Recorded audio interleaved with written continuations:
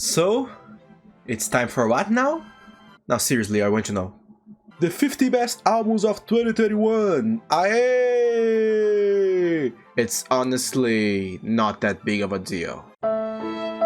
Before actually sharing the list, I just want to share the complete list of albums I've heard this year, just so you guys won't be expecting something that isn't there. Like Tyler the Creator. But there's a reason for that one, you'll know it in a few months. Anyway, here are the 274 albums. I better leave the room while they show up, because, you know, Omicron, I need to keep distance again. Oh god, here they come, BRB.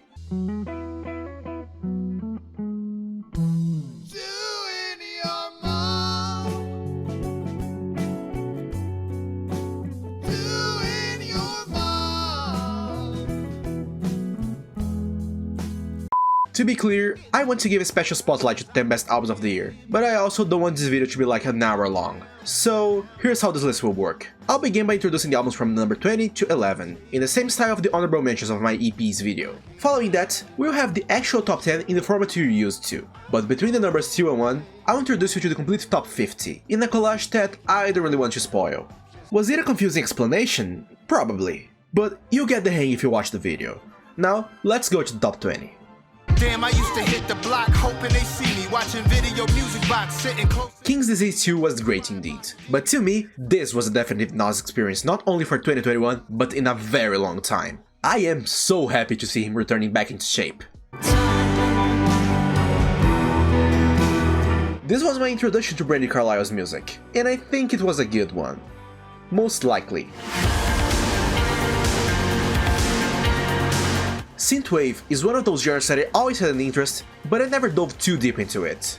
Until this year, and this new Perturbator album was one of the best discoveries I made of this genre. Yep, that's right. I wasn't joking when I said I loved the hell of this thing. I seriously hope whatever direction this man goes next is something as bold as this album was.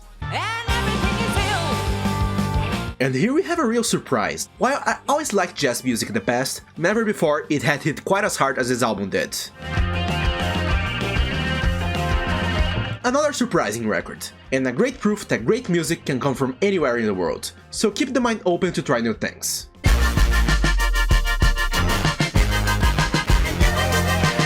It's rare that we see a debut album with so much personality within it, but Remy Wolf did just that, and the result was stellar. It's a jazz album, but it's also a soul album, but it also has hip-hop, and it's one of the most satisfying albums that came out this year. It's an album that is very much in lane with Greenleaf's previous work, but its consistency is ridiculous. Possibly my favorite album by then ever. You're not the realest, you know that, right? This was a rough album to cut from the top 10. If you appreciate the modern jazz rap scene, you should totally give this thing a shot, because this man is bound to have a gigantic career ahead of him. And now, time to the main event. I'm unequivocally feeling a 10 on this. Welcome to Hand Tutorials with Marshall, and today I'll be teaching you how to make your own top 10 list of the best albums of 2021 in 3 easy steps. Step 1. Your picks must be albums. Step 2. You must pick 10 of them. And step 3, which is the only one that you have no way around it, one of these albums must be the new Little Sims one.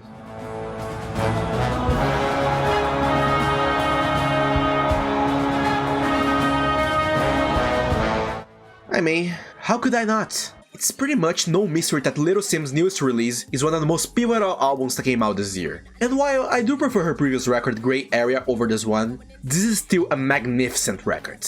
I mean, it made it into the top 10, need I just say more? I think that this album absolutely does right is the lyricism. Simbi expresses her feelings and her past in a super tenacious way. Be it on Introvert or Little Kill Part 2, there's barely no moments that her lyrical performance don't completely hold your attention.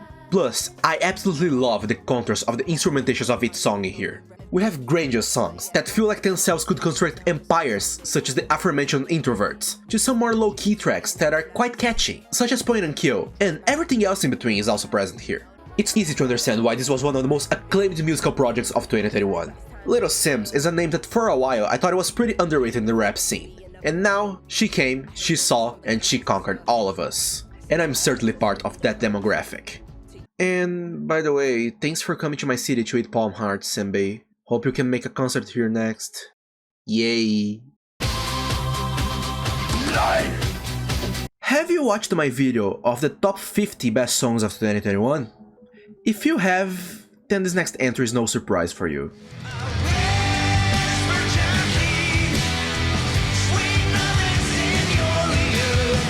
The Vintage Caravan is a band that I've been following for quite a while, and they always struck me as one of the best modern hard rock bands around. And this new album of theirs is a perfect reason why I think that. If you go into this, don't expect it to be a mind-bending, transcendental and unique experience. Instead, go thinking it's an extremely well put together project, with incredible vocal performances, hooking guitar riffs, amazing crystal clear production, and some of the best melodies of the year. Many of these examples can be felt in songs such as Dark Times, Can't Get You Out of My Mind, Forgotten, and many more. And of course, I have to mention one song in specific. Hell.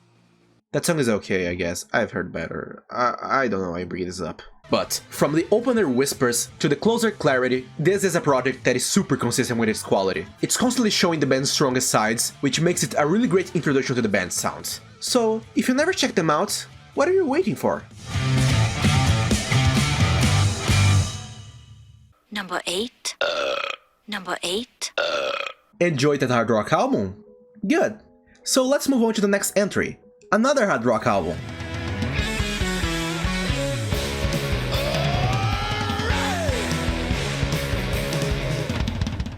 I personally find it a bit obnoxious to include 2 projects in a row from the same genre in these lists, but for this case, there isn't much I could do about it. But I guess it's okay, because the previous record and this new Spider God album are very much in different edges of what we call hard rock. This is a much more visceral project.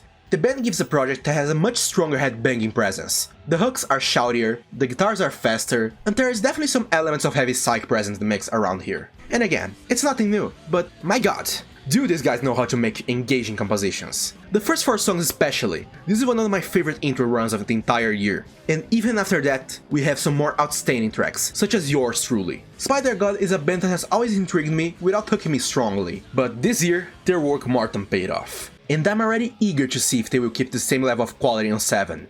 Based on what I heard so far, I'm assuming that the answer is a fat yes.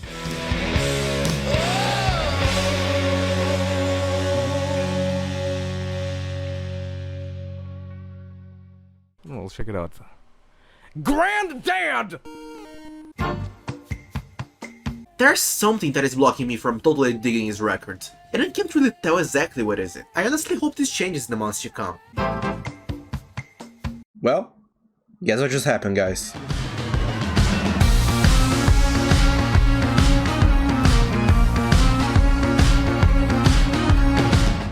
I know, not many people were crazy about this album, but I most definitely was. After Love and Fear, I was worried at the possibility that Marina lost her initial spark together with her diamonds. But thankfully, this new project proved me wrong in glorious ways, since this is, in my point of view, Marina's best album. Needless to say, the glimmering instrumentation is excellent. Take a listen to any of the songs of the first half of the record to understand what I mean. But another point that this record really stands out to me are the lyrics. The contemplational title track, the re-evaluation of the 2007 Britney Freak Out and Purge the Poison, also on that same song, shout out to the what the fuck, the entirety of Man's World. This project made me realize how much I enjoy Marina's lyrics. I understand how the over-polished sounds may be unbearable to some, but I never really had a problem with that. I cannot stress enough how much of a great album I think this is, and I'm glad to see that the removal of the diamonds was only a name change, and that she's still very much the Marina we always loved.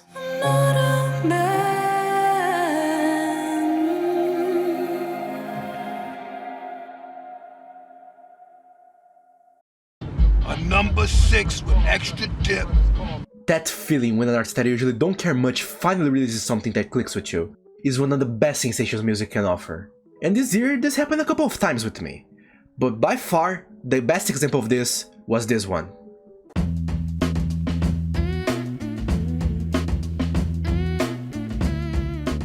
This coffee just spawns in my hand as it starts playing. I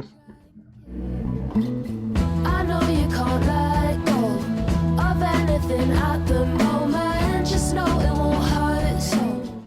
Arlo Park is a name that I knew for a while now, but was never a particular fan. I mean, Super Sad Generation, whatever. Sophie, better. But then comes Collapsing Sunbeams, and I just go...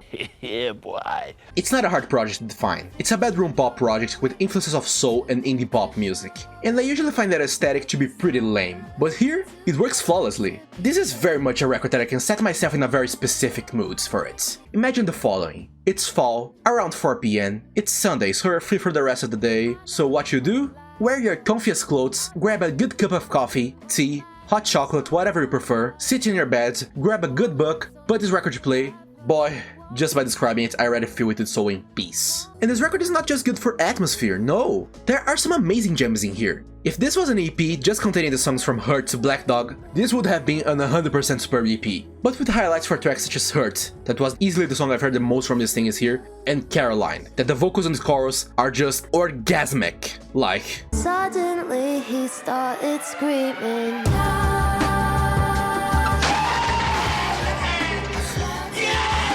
I don't know if this was a one-time case only for Arlo, but I seriously hope it wasn't. Because I would adore some more gems like this to spice up my fall evening. Won't hurt so much. Won't hurt so much. Period! 5 sec. Hey Siri, so how do I pronounce yeehaw with a British accent? Sorry, I didn't quite get that. Fuck you too, then! Anyway, my number 5 pick is Stand For Myself by Yola.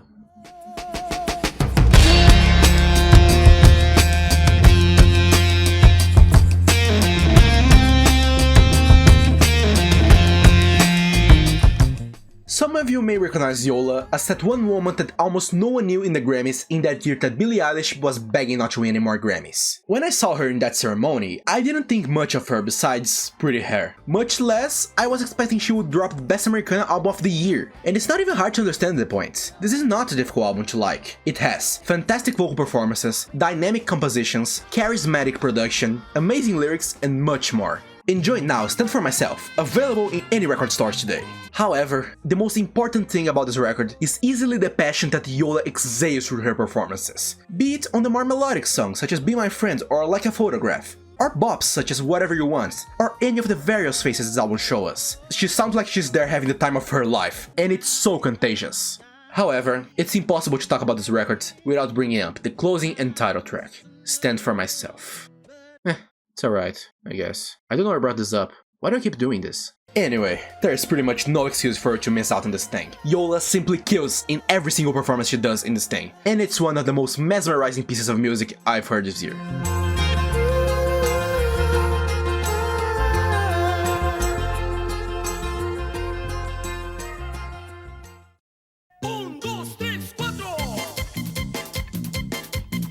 Have you ever watched the first episode of Albums of the Month? If you haven't, please don't. That pilot is a mess. Overly long reviews, strange editing, and completely random albums that I basically picked based on the charts of Rate Your Music in the first week of January. So TLDR, a terrible episode. But there's 2 reasons why I partially forgive it. 1, it was a pilot, so of course it would be a bit unhinged in comparison to future episodes. And 2, if it wasn't for that episode, I may have never found this next album.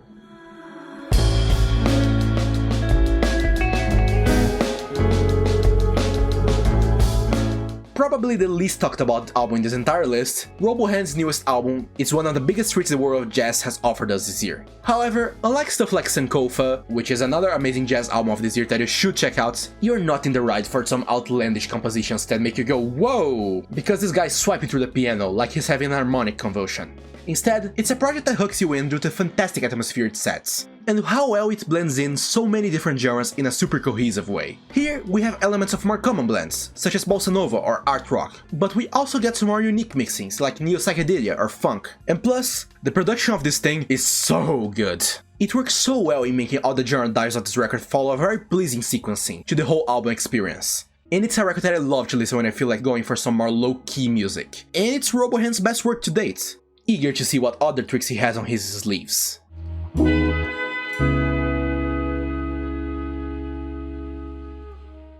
the 3-way at Sacrifice, you got a 33 1/3 chance of winning.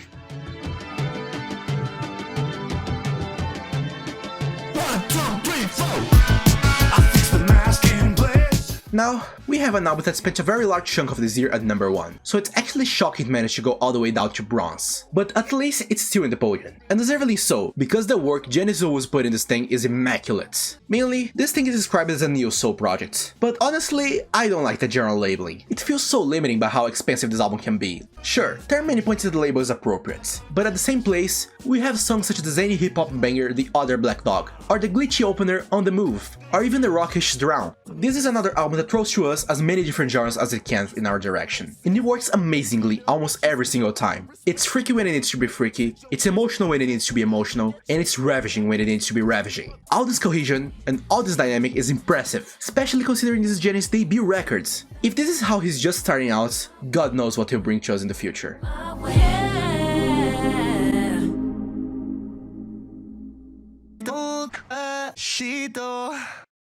When we were in school, we were constantly lectured about classical philosophers and their iconic quotes, but we certainly got some very notable philosophers in our current generation, making just as much impact as the ones from the past. So to introduce this next album, I'm going to make you a question from one of these said modern philosophers. So, in the words of Barry the Bee, You like jazz?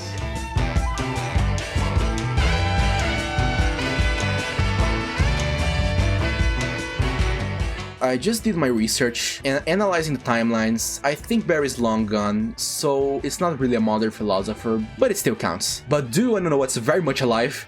This new ill-considered album. The best way I can define the first time I listened to this thing is... Holy shit. Holy shit. Holy shit. Holy shit. I could not... I'm still processing this. This is fucking awesome. I freaked out. I legit gave that thing an 100% on the first listen. But while subsequent listens didn't impact me as much, I still see this record as one of the most triumphant things I've heard this year. Few are the records that managed to give me such a complex experience, not only in 2021 but also in my entire life. There are so many songs in here that I can fit in among my favorite jazz songs ever. Loose, Light Trailed, Knuckles, Prayer, Dervish, that I swear, every single time I listen to the drums arriving in the track, I can feel my soul leaving my body.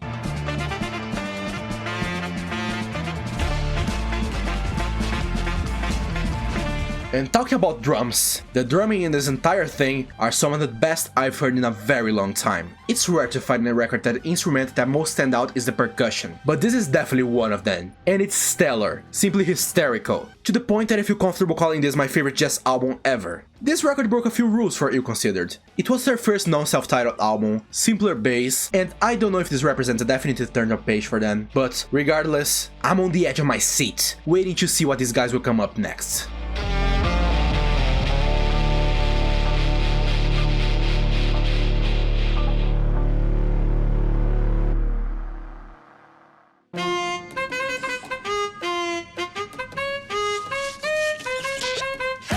And now, it's time for the number 1.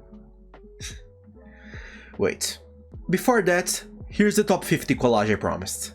I won't give too much detail about it, I'm just going to say, enjoy.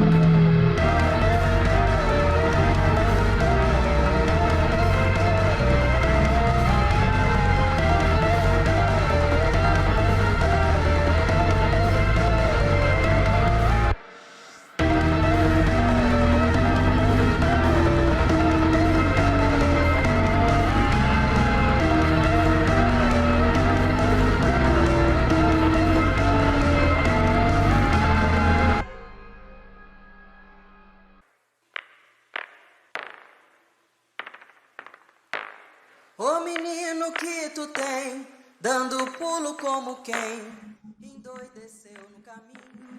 Mamãe, eu tô rindo à toa, vi de relance a coroa do nosso reis malunguinho. Ô menino que tu tem, dando pulo como quem endoideceu no caminho. Okay, how to even begin explaining an album like the Estácio Blues? Honestly, the best way I could is simply by saying, check it and figure it out. But I feel like simply that would be a disservice to how grand this album is. The genre that defines this record is named the Vanguarda Paulista, which the following description doesn't match perfectly the genre, but it's the best I could do. It is to Brazilian samba what post-punk is to rock. This super experimental vertent that explores various sound palettes and can go from somewhat familiar territory to ultra expansive and hard to listen material. Juçara Marçal is sort of a mixture of both sides, and she knows very well how to put those elements in a very cohesive way. The record begins with Vi de Relance a Coroa, a song that begins seemingly innocent, with a gorgeous vocal performance, soon followed by a serene Asian-inspired instrumental, that the more it goes, the more glitched out and more chaotic it gets, basically laying the ground for the rest of the record. After that, we get the songs Senkais, the title track, and Ladra, all songs that work perfectly in getting familiarized at how the record blends in the more beautiful sides of its music to the more glitchy and experimental palettes. And after that is... what's the name of that one song that ends with her yelling the title aggressively?